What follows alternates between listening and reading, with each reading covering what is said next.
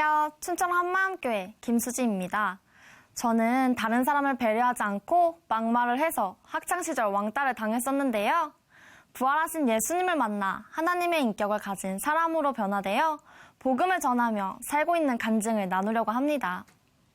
전 3남매 중 마지로 태어났어요. 항상 좋은 옷, 좋은 것만 먹었고요. 동네에서도 가장 예쁜 옷을 입기로 유명해서 동네 아주머니들이 제가 입은 옷을 나눠줄 때까지 기다리기도 했어요. 저희 엄마는 제가 어렸을 때부터 공부시키는 것에 힘쓰셨는데요. 엄마 덕분에 전 좋은 성적을 받을 수 있었고 심지어 초등학교 때에는 영재교육을 시켜보라는 제안을 받기도 했어요. 또 그림이면 그림, 글짓기면 글짓기, 컴퓨터면 컴퓨터, 피아노상까지 모든 분야에서 최우수상 대상을 받았어요. 전 뭐든지 잘하니까 제가 최고인 줄 알았어요. 그런 제가 초등학교 6학년 때 일진 친구들이랑 어울리게 되었는데요. 일진 친구들이 저를 많이 좋아했었어요. 그래서 친구들과 어울리는 데에도 아무 문제가 없었고 친구들도 제가 무엇을 하던 저한테 뭐라고 하지 못했어요. 공부도 잘하고 친구들과 어울리는 면에서도 이 정도면 어디 가서 빠지진 않는다며 살았는데요.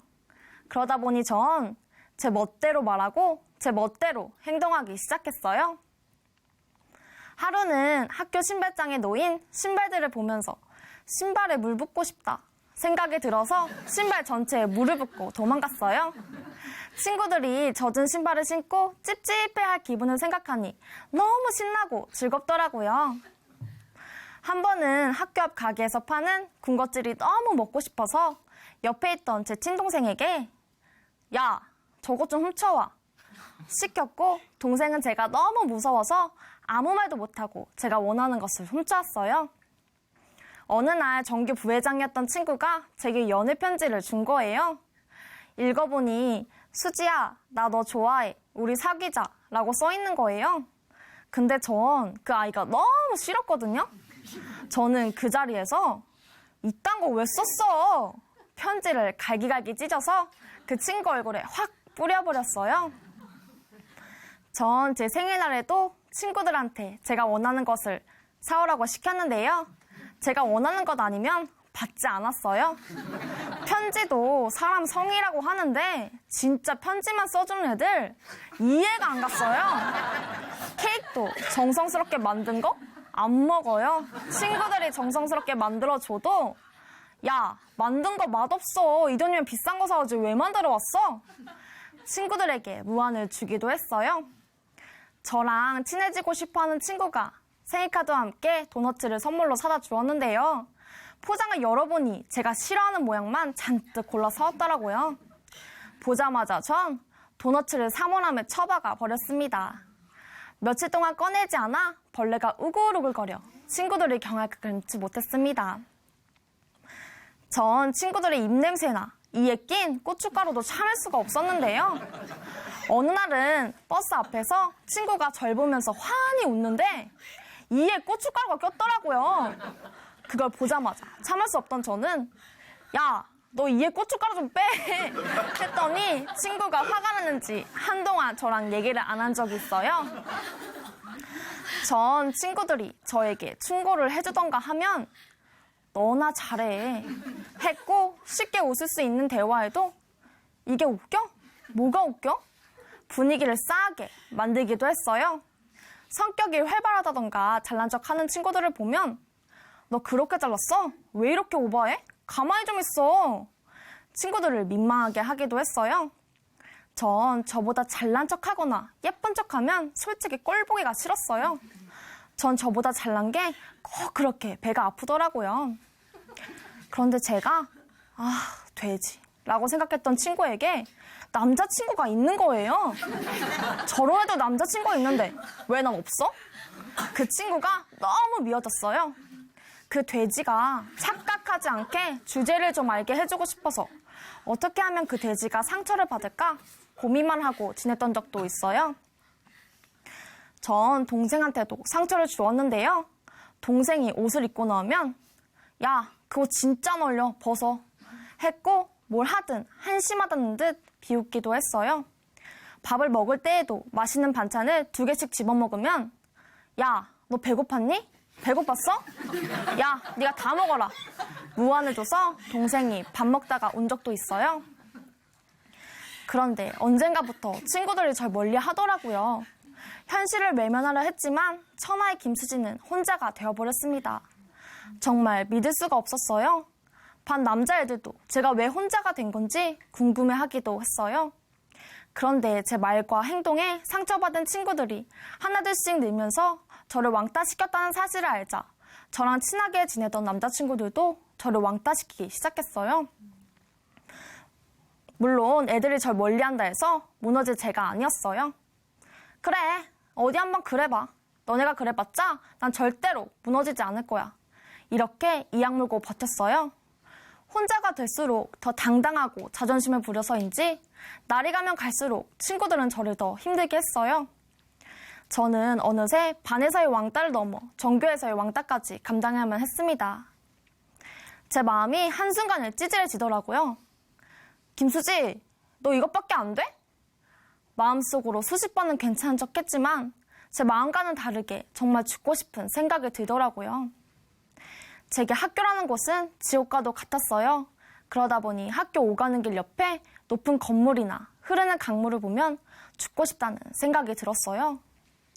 여기서 떨어져 죽으면 나에겐 내일이란 없을 텐데 생각이 들었거든요. 이렇게 죽고 싶은 하루하루를 지내면서 집에 있었을 때였어요. 갑자기 초인종이 울리는 거예요. 누군가 하고 봤더니 제 친척이라며 문을 열어달래요. 그 친척분이 저에게 한마음교회를 가자며 귀찮게 하더라고요. 어른이 말씀하시니까 하는 수 없이 그분의 말을 따라 한마음교회를 갔습니다. 교회에선 여름 수련회를 하고 있었어요. 여름 수련회. 말만 들어도 뻔할 뻔짜였어요. 힘든 사람한테 교회에 있으라니 짜증나 죽는 줄 알았어요. 교회 안에 들어가니까 사람들이 울면서 주여를 외치며 기도를 하고 있더라고요. 보이지도 않는 하나님한테 기도라니 웃기고 있네. 교회라는 곳은 자기 마음 편해지기 위해 가는 곳이고 자기 만족을 위해 기도하는 거 아니야? 목사님 얘기는 왜 이렇게 안 들리든지 스피커 관리하는 사람에게 따질 뻔했다니까요. 저를 교회에 데려오신 친척분은 예배 한 번만 더 드리면 집에 데려다 준다고 약속해서 한 번만 더 드려보자 하는 마음으로 마지막 예배를 드리게 되었습니다. 그런데 들리지 않던 목사님의 음성이 갑자기 저에게 선명하게 들리는 거예요. 예수님과 함께 3년 반을 따라다녔던 제자들도 예수님이 하나님이란 사실을 믿지 못했다는 거예요. 같이 다니고 귀신 쫓고 병 고치는 것을 다 보았는데도 예수님이 십자가에서 돌아가시니까 예수님을 부인하고 다 도망가 버렸다는 거예요. 그런데 부활하신 예수님이 제자였던 도마에게 나타나 내 손가락을 이리 내밀어 내 손을 보고 내 손을 내밀어 내 옆구리에 넣어보라. 그리하고 믿음 없는 자가 되지 말고 믿는 자가 되라 말씀하시는데 수지야, 이래도 못 믿겠니? 예수님이 제게 물어보시는 것 같았어요.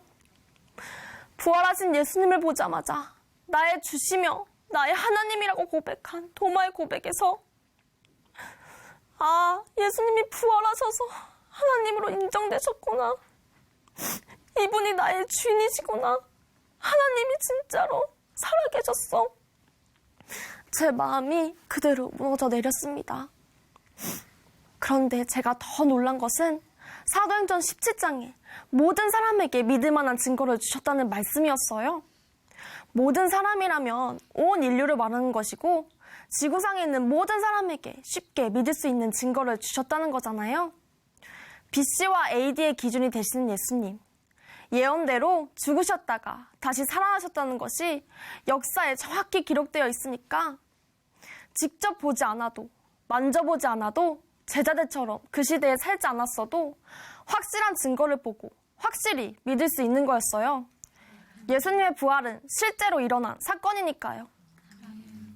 저와 깨든지 자든지 영원히 함께하고 싶으셔서 이 땅에 사람의 몸을 입고 오셨다 가신 예수님.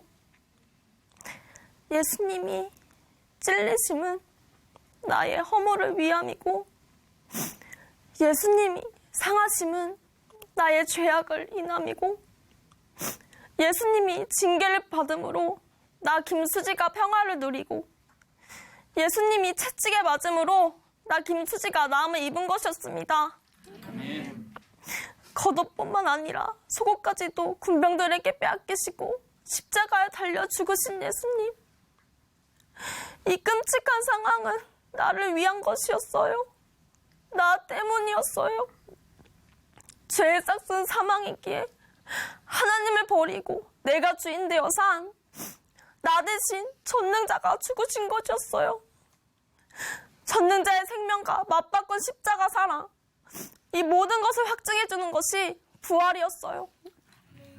부활을 통해 하나님으로 인정되신 예수님이 지금 제 마음의 문을 두드리시며 내가 너의 주인이라고, 나와 더불어 먹고 더불어 살자고 제게 손을 내미시는데 전 하나님 없어도 여태까지 착하게 잘 살아왔거든요.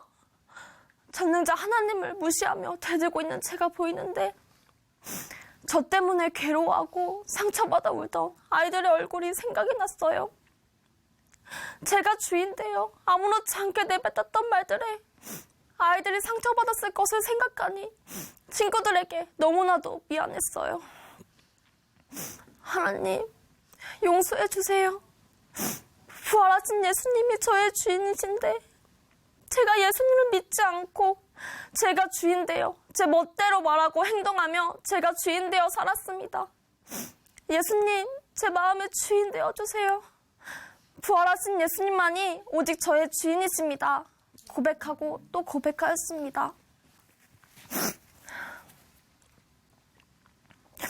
전 지금 교회를 열심히 다니고 있는데요. 제가 주인일 때는 놀리는 것 투성이면서도 겉으론 고개를 빳빳이 들고 다녔는데요. 그런데 부활로 다 이루셔서 이 세상을 이기신 예수님을 바라보니 전능자가 나의 주인이라는 이 사실 하나만으로도 신바람이 납니다. 너무 기쁘고 자유해요. 또한 저의 주인이신 예수님을 알아가는 기쁨이 너무나 큽니다. 그러던 어느 날 교회에서 낯익은 얼굴을 보게 되었어요. 그 친구는 가출과 자살 문제로 힘들어하던 아이였는데요. 그런데 그 친구가 강대상에서 이제는 예수님을 주인으로 믿고 방황의 삶을 살지 않겠다. 그리고 학교에서 작은 교회를 세우고 복음을 전하고 있다는 간증을 하는 거예요. 전혀 변할 것 같지 않던 친구가 복음으로 변해버렸다는 사실에 큰 충격을 받았습니다. 그러면서 제 마음에도 하나님, 저도 사람을 변하게 하는 이 기쁜 복음을 우리 학교에 전하게 해주세요. 기도드렸어요. 여전히 학교에 가면 친구들은 저를 싫어하고 혼자였어요. 하지만 예수님이 저의 주인이시니 상황과 환경이 저를 덮칠 수 없었습니다. 전능자가 저의 주인이시니 두려울 것이 없더라고요. 오히려 절 괴롭혔던 아이들을 위해 기도하게 되었어요. 남의 마음을 생각하지 않고 상처만 주던 제가 아이들의 마음을 읽을 수가 있었어요. 전 혼자 다니는 아이들에게 더 마음이 갔는데요. 하나님이 저랑 같은 상황에 놓인 아이들에 대한 사랑을 부어주신 것 같았어요. 혼자여서 힘들어하는 아이들이 눈에 보이면 즉시로 가서 복음을 전했는데요. 복음이 절 변화시킨 게 너무 확실하니까 복음을 전할 수밖에 없더라고요. 하지만 왕따였다는 소문으로 아이들이 저를 보면 귓속말을 하면서 지나가곤 했어요. 그래도 전 항상 하나님께 기도를 드렸어요. 그런데 기도 중 하나님이 저에게 두려워하지 말아라. 내가 세상을 이겼다. 내가 너의 주인이니 세상이 감당치 못할 자가 되리라는 말씀을 주시는데 모든 염려와 두려움이 사라지면서 기쁨과 평강이 제게 임하였습니다. 솔직히 교회 다니는 사람들을 보면 다 착하게 생기고 친절하게 말하잖아요. 보시다시피 제가 그렇게 생기진 않았잖아요. 그런 제가 너 예수님 믿어? 하면 지금도 아이들이 당황스러워 하는데요. 전 그런 것과 상관없이 예수님의 부활을 전해요. 제가 생긴 것과 다르게 예수님을 믿어서 신기한지 웬만하면 복음을 다 듣더라고요. 저는 지금 대학생인데요. 힘들게 학교 생활하는 친구들에게 제가 만난 예수님을 전하고 있어요. 그러다 보니 우리과 여자애들 모두가 복음을 다 듣게 되었어요. 예수님을 만난 친구들은 저한테 너무 고맙다고 기뻐했어요. 이제는 친구들에게 상처를 준다고 욕먹는 제가 아닌 넌 정말 좋은 친구야, 좋은 사람이야 하는 말을 많이 들어요. 힘든 일이 있으면 기도해달라고 친구들에게 연락이 오고요. 좋은 일이 있으면 수지야, 다 너 기도 덕분에 잘 된 것 같아 합니다. 얼마 전 목사님이 죽음의 문제에 대해 말씀하셨는데요. 사람은 누구나 한 번은 다 죽잖아요. 저도 죽는다는 사실 앞에 이 땅에서의 삶은 잠깐이고 내가 갈 영원한 나라를 준비해야 하는구나. 이것이 가장 지혜로운 자구나. 난 이 땅에서 먹고 입고 마시기 위해 태어난 존재가 아니라 천하보다 귀한 한 영혼을 살리기 위해 이 땅에 부름받은 사명자구나. 그래서 전 새벽도 깨우고 기독교 동아리 예배도 열심히 드리고 캠퍼스에서 복음도 전하고 학교 친구들을 위해 기도하며 작은 교회를 세우고 있습니다. 예전 같았으면 절 건드리기라도 하면 친구들에게 막말로 상처를 줬을 텐데 지금은 친구들이 제가 많이 변했다고들 해요. 말투도 착해졌고 얼굴도 많이 순해졌다고 웃으면서 이야기합니다. 저를 무서워하던 제 친동생에게도 미안하다고 사과를 했는데요. 맛있는 반찬이 있으면 동생 숟가락에 먼저 올려주며 동생을 챙겨주는데 동생이 제게 언니 미쳤어? 왜 그래? 언니 진짜 달라졌네? 폭소를 터뜨린 적이 있습니다. 지금 전 동생과 아주 사소한 것까지 터놓고 이야기하는 절친이 되었습니다. 하고 싶은 말을 개념 없이 내뱉어 사람들을 힘들게 했던 저를 이 어두운 세상에서 사랑으로 영혼들을 섬기며 부활의 복음을 전하는 증인이 되게 해주신 예수님 사랑합니다. 감사합니다.